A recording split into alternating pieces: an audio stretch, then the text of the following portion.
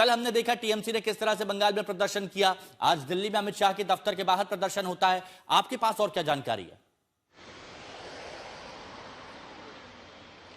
जी देखिए, अब ये धरना प्रदर्शन तो चलता रहेगा, होता रहेगा, क्योंकि आज दिल्ली में जहां 8 सांसदों ने अमित शाह के ऑफिस दफ्तर के बाहर प्रदर्शन किया है, वहीं ममता बनर्जी खुद आज सड़कों पर उतर रही हैं। लगभग 5 से 6 किलोमीटर तक वो मार्च करेंगी, विरोध प्रदर्शन करेंगी। उनके साथ टीएमसी के आला नेता होंगे। और आपको बता दें कि अभिषेक बनर्जी ने पहले ही कह दिया है कि एसआईआर के मुद्दे पर अगर ज़रूरत पड़ी तो यहाँ से लाखों लोगों को ले जाकर दिल्ली में चुनाव आयोग के दफ्तर के बाहर धरना प्रदर्शन किया जाएगा।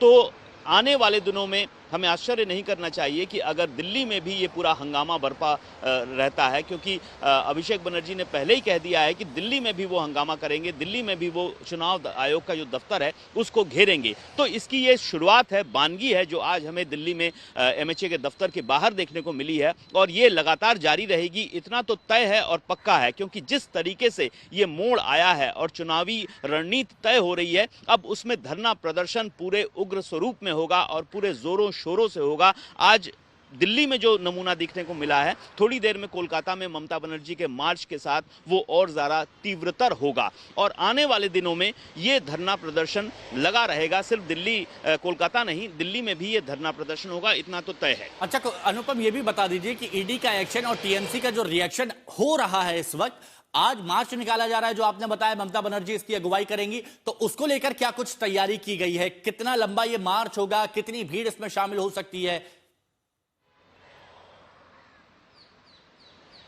जी देखिए, लगभग 2 बजे के आसपास दोपहर में ममता बनर्जी जादवपुर, जो दक्षिण कोलकाता का एक हिस्सा है, किनारा है एक, वहां से वो मार्च शुरू करेंगी और हाजरा मोड़, यानी ममता बनर्जी का जो घर है उससे लगभग 1 किलोमीटर दूर हाजरा मोड़ है, वहां पर वो मार्च को खत्म करेंगी। और इस मार्च में ममता बनर्जी के साथ जो टीएमसी के आला नेता हैं वो शामिल रहेंगे।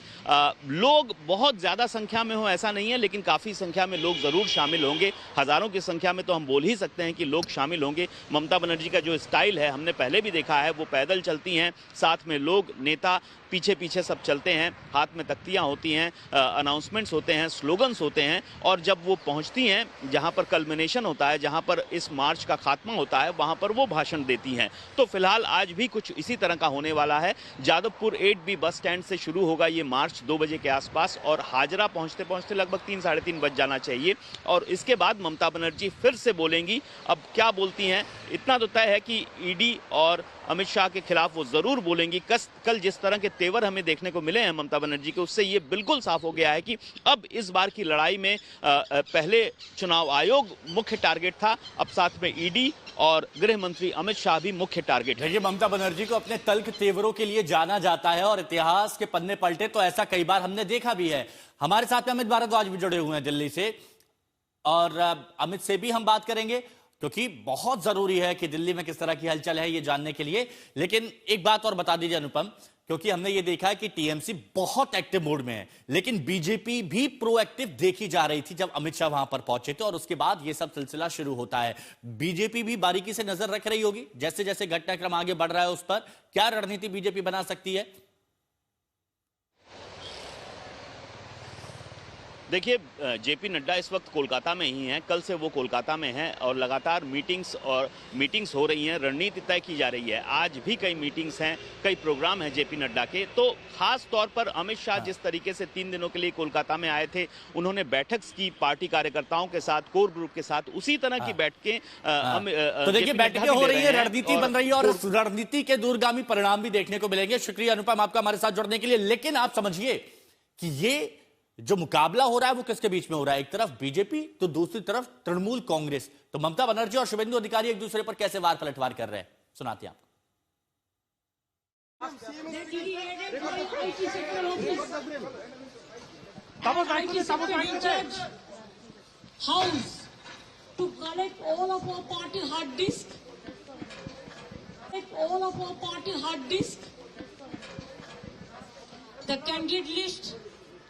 The party strategy, the party plan.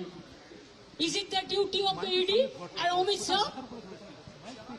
The nasty home minister, the naughty home minister who cannot protect the country, and is taking away all my party documents. If I read the BJP party office, what will be? What will be the result? মুখ্যমন্ত্রীর এই ধরনের কাজ সাংবিধানিক প্রতিষ্ঠানের সরাসরি কাজে হস্তক্ষেপ এবং তদন্তে বাধা দান। এটা একজন মুখ্যমন্ত্রী, তিনি শুধু রাজনৈতিক নেতা নেত্রী নন, প্রশাসনিক কর্তৃ। নিন্দা জানাই এবং ইডি নিশ্চয়ই তার ক্ষমতা বলে তাদের মুখ্যমন্ত্রীর বিরুদ্ধেও ব্যবস্থা নেওয়া উচিত বলে আমার মনে হয়েছে। সেই ব্যবস্থা তারা আইনের মধ্যে থেকে নেবেন।